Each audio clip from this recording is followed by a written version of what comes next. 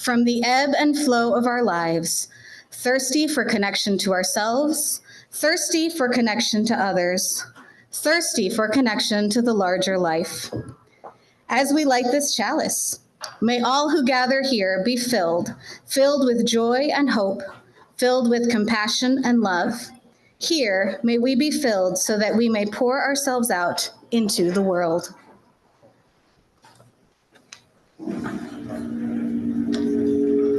We have a chalice lit here in People's Church, and we have some persistent people who are sticking with us on Zoom and putting up with all of our technical challenges. And some of them have lit chalices on 41st and a Half Street in Lawton, on Brook Drive in Kalamazoo, and in the Millwood neighborhood. What a gift it is to be together at the same time, even if we're not all in the same place. Also parchment.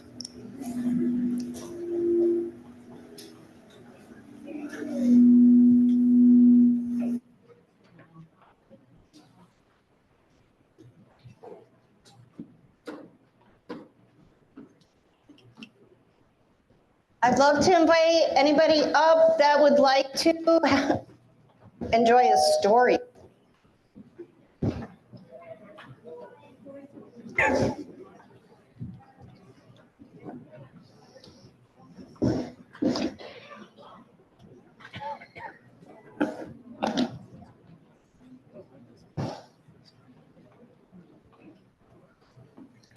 Since today's service is all about water, I wanted to share one of my favorite stories by Carol Lindstrom with beautiful illustrations by Michaela Goad called We Are Water Protectors. Water is the first medicine, Nokomis told me. We come from water. It nourishes us inside our mother's bodies as it nourishes us here on our Mother Earth. Water is sacred, she said. We stand with our songs and our drums. We are still here. The river's rhythm runs through my veins, runs through my people's veins. My people talk of a black snake that will destroy the land, spoil the water, poison the plants and the animals, and wreck everything in its path. When my people first spoke of the black snake, they foretold that it would not come for many, many years. Ooh. And now the black snake is here. Its venom burns the land, courses through the water, making it unfit to drink. Take courage. I must keep the black snake away. From my village's water, I must rally my people together. And she looks brave. Yes, she does. To stand for the water, to stand for the land, to stand as one against the black snake. Good thinking. We stand with our songs, we stand with our dreams. We are still here, and it will not be easy to stand against what tries to harm us. We fight for those who cannot fight for themselves, the winged ones, the crawling ones, the dreamers, the undocumented ones, the four-leggeds, the two-leggeds, the plants, the trees, the lakes, and the rivers. The earth. We are all related. We are all related on this earth. All the waters and all the people and all the animals and all the plants. Tears like waterfalls stream down, tracks down my face, tracks down my people's faces. Water has its own spirit. Nicomas told me this. Did you know water had its own spirit? No. Right? Water is alive. Water remembers our ancestors who came before us, she said. We stand with our songs and our drums. We are still here. We are stewards of the earth. Our spirits have not been broken. We are water protectors. We stand. The black snake is in for the fight of its life. Miniwikoni, water is life, no dapple. All nations stand with Standing Rock, protect the sacred. Now, what do you think is the black snake? A pipe? A drainage pipe. A drainage pipe, something that's polluting. What else do you think that might stand for? A black snake is a type of animal. What else could the black snake represent? Yeah. Yeah, leaking oil pipe. Literally, that is exactly what it is. And I think it could even represent larger things, maybe greed or selfishness. Don't want to be that guy. We all have to stand together to fight it. Right in the back of this book, there is a Earth Steward and Water Protector pledge that I thought we could say. It says, I will do my best to honor Mother Earth and all living beings, including the water and the land. Always do that. And I will always remember to treat the earth as I would like to be treated. I will treat the winged ones, the crawling ones, the four-leggeds, the two-leggeds, the plants, the trees, the rivers, the lakes, and the earth with kindness and respect.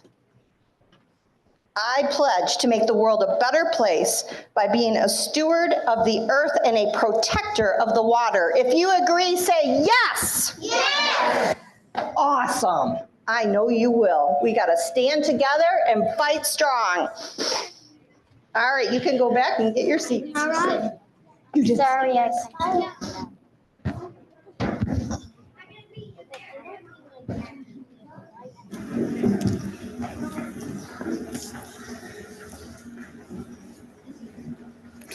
Our Unitarian Universalist tradition is a living tradition, which means that as our understanding of the world grows and shifts, our faith grows and shifts with it, as does our practice. In the late 1970s and early 1980s, our faith and practice were shifted by feminist movements within and beyond our faith. It was the feminist leaders in our faith who gave us this water ritual, who gave us the 7 principles which guided us for decades before our new values were adopted. And now so many of our Unitarian Universalist siblings, along with us, use this water ritual as a way to mark the beginning of our church program year together. So in 1980, 2 Unitarian Universalist women, Carolyn McDade and Lucille Longview, created a worship service for the Women and Religion Continental Convocation of Unitarian Universalists in East Lansing. And as they shaped that service, McDade and Longview wanted to create a new ritual. They said a ritual that spoke to our connectedness to one another, to the totality of life, and to our place on this planet. They wrote later, water is more than simply a metaphor. It is elemental and primary, calling forth feelings of awe and reverence. Acknowledging that the ocean is considered by many to be the place from which all life on our planet came. It is the womb of life, and that amniotic waters surround each of us prenatally. We now realize this worship service was for us a new story of creation. We chose water as a symbol of our empowerment. So in that service, people gathered in a semicircle around a large bowl, and there were 8 women who were there who had been told to bring water from home, from the rivers and oceans and lakes that represented home to them. And they poured that water into the shared bowl as the group created a new home, at least for the duration of that gathering. And this was the beginning of something new. The co-creators reflected later. The water ceremony became the central part of a religious service that broke with tradition. It was created by lay women, women who had long been silent in the pews, and the ritual space was also made sacred by the women themselves.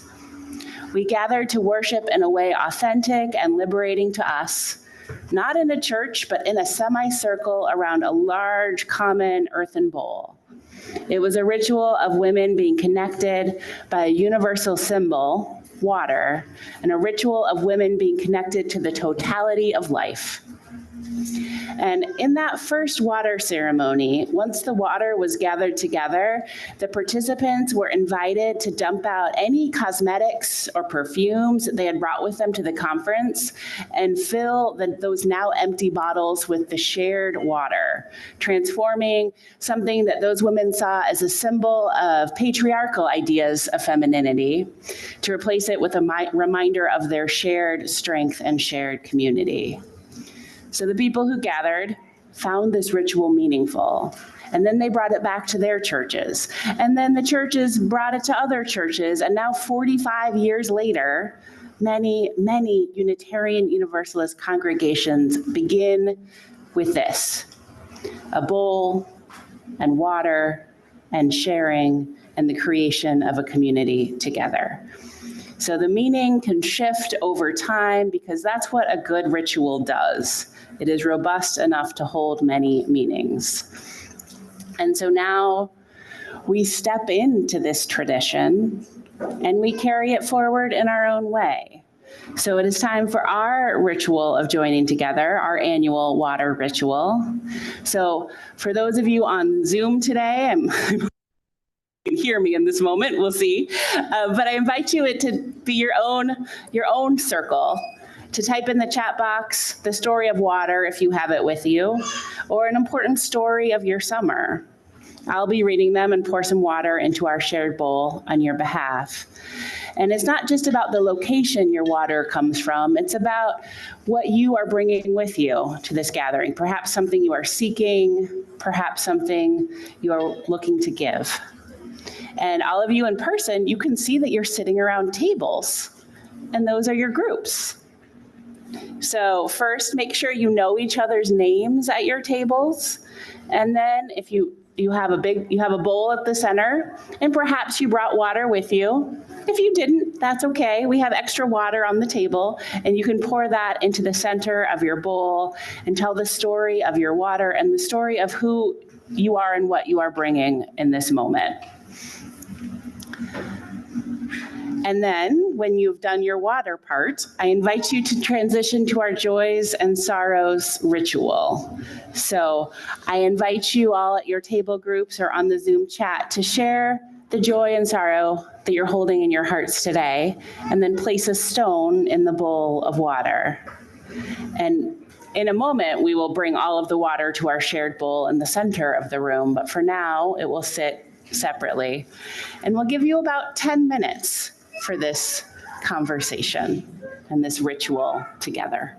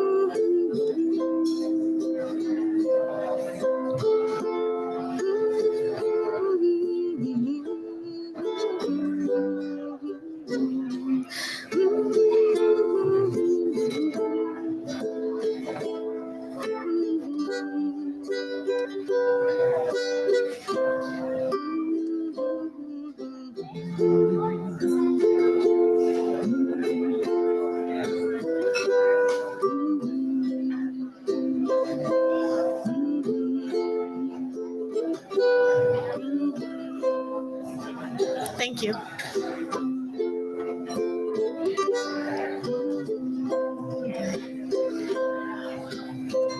Our meditation song for this month comes to us from Peter Mayer, and more specifically, from our Peace in Nature camp. This is the song that they use every day to gather together, to breathe together, and it has motions. So I would like to invite any Peace in Nature campers to come on up to the front here and show us these motions. We're gonna sing it and we're gonna show our non-Peace in Nature campers how this song works. Come on up, come sit here.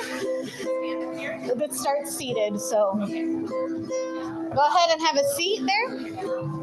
This song starts with everyone seated, and then at one point we will all stand up, or those who are willing and able, you rise in body and in spirit. Thank you, kiddos. Ready? Here we go.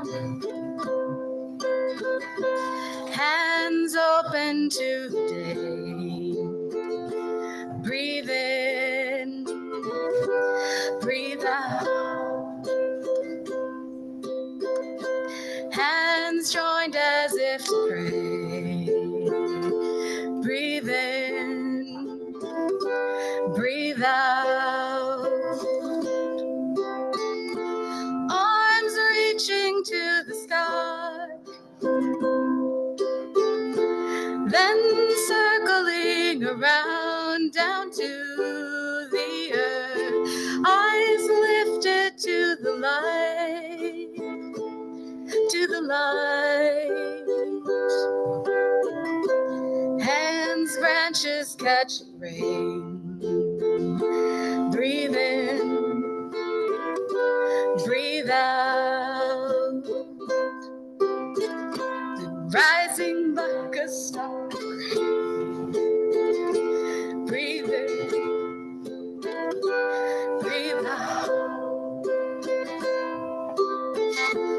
Arms reaching to the sky. Then circling around down to the earth. Eyes lifted to the light. To the light. Hands open to the day. Breathe in, breathe out. Hands joined as if to pray. Breathe in, breathe out. Breathe in, breathe out. One more time. Breathe in, breathe out. Thank you.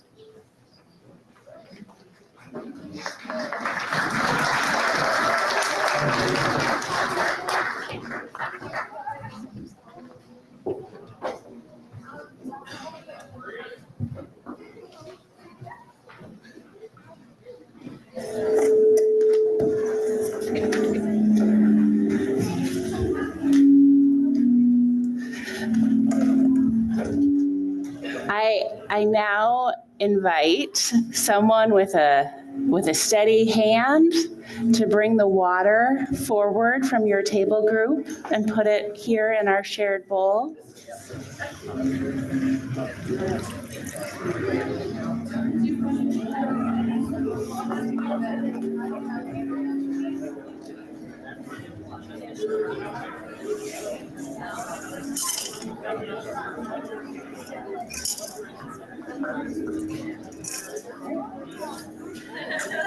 Gave you the hard one, didn't we, Becky?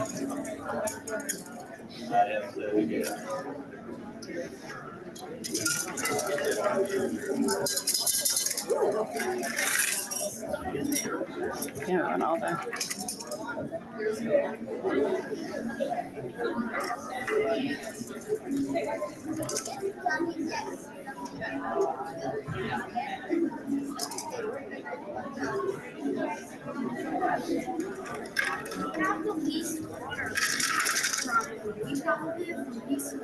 That's okay.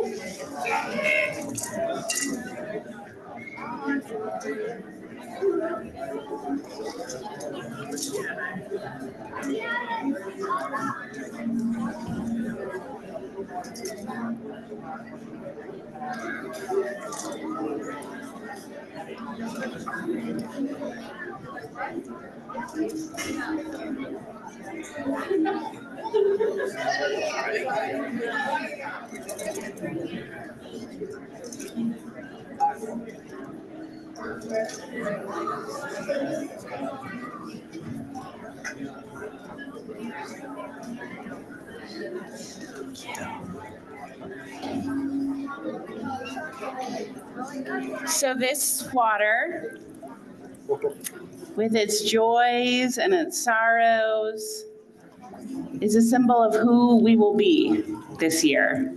And it is my practice sometime later this week to take this water out to our memorial garden, to share it with our beloved dead here in the church and return it to the earth so it continues its cycles of evaporation and rain and snow and settling into the earth.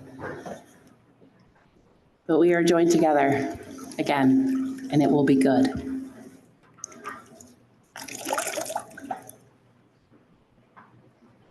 You've all brought water, or at least poured water, together to form this community, and that is one of the many ways People's People are generous.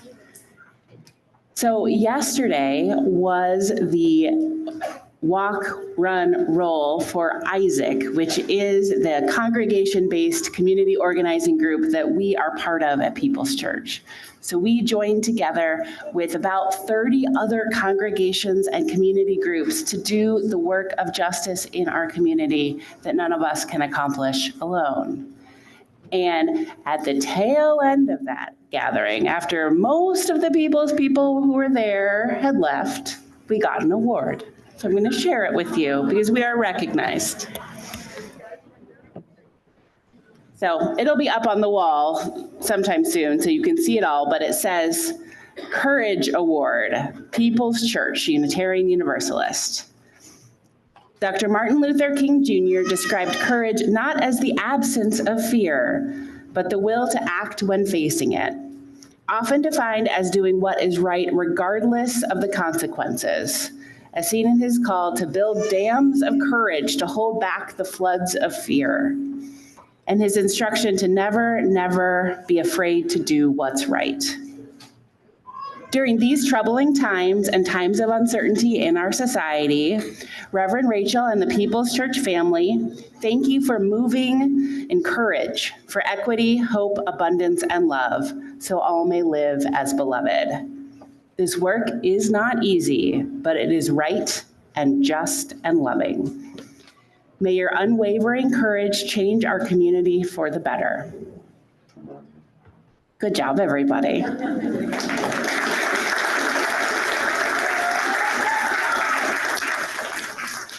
And this is the moment where I invite you to continue to be the generous people that you are. We know it takes our time and our energy to create beloved community, and it also takes our money.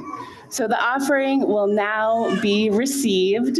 In this formation, it's a little tricky to get the baskets passed, but I have confidence in all of you.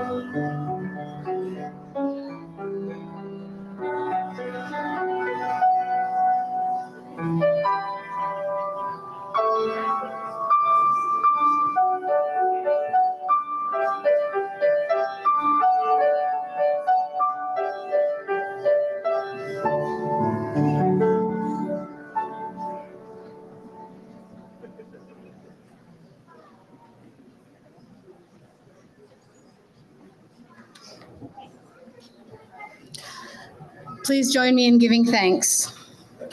From the countless gifts we each have been given, gifts of life and love and sustenance, we bring these small portions to share in the works of love, which none of us can accomplish.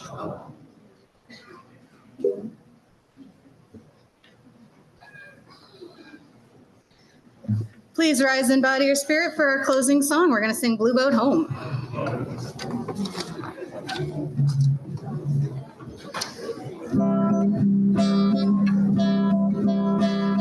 Low below me, I feel no motion, standing on these mountains and plains, far away from the rolling ocean. Still my dry land heart can say, I've been sailing all my life now, never harbor nor port have I known. Wide universe is the ocean I travel, and the earth is my blue boat home. Sun, my sail, and moon, my rudder, as I ply the starry sea, leaning over the edge in wonder, casting questions into the deep. Drifting here with my ship's companions, all we kindred pilgrim souls, making our way by the lights of the heavens in our beautiful blue boat home. I give thanks to the waves upholding me, hail the great winds urging me on, greet the infinite sea before me, sing the sky my sailor's song. I was born upon the fathoms, never harbor nor port have I known. Wide universe is the ocean I travel, and the earth is my blue boat home. Wide universe is the ocean I travel, and the earth is my blue boat home. My blue boat home. My blue boat home.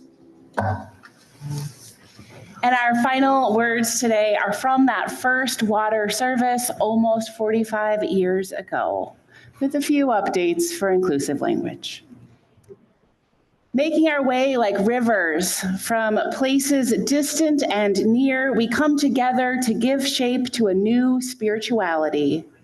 We need a theology that calls us to strength rather than only to support the strength of others, that calls us to action rather than passivity, that calls us to full expression rather than to meek acceptance.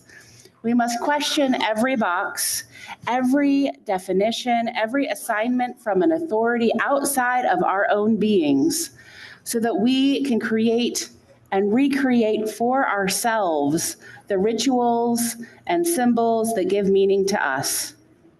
So we come together to question, to hear, to share, to speak, to inspire, and to celebrate through new rituals, knowing that our energy and our love are transforming. Celebrating now our connectedness, we choose water as our symbol of our empowerment. As rivers and cycles release their waters and regain new beginnings, so do we. For us, these beginnings are powerful, but not easy. But still, we come to celebrate and to create and to live by the only spirituality worthy of our devotion, a spirituality that uplifts, empowers, and connects. So may we make it so. Let us go in peace and go in love.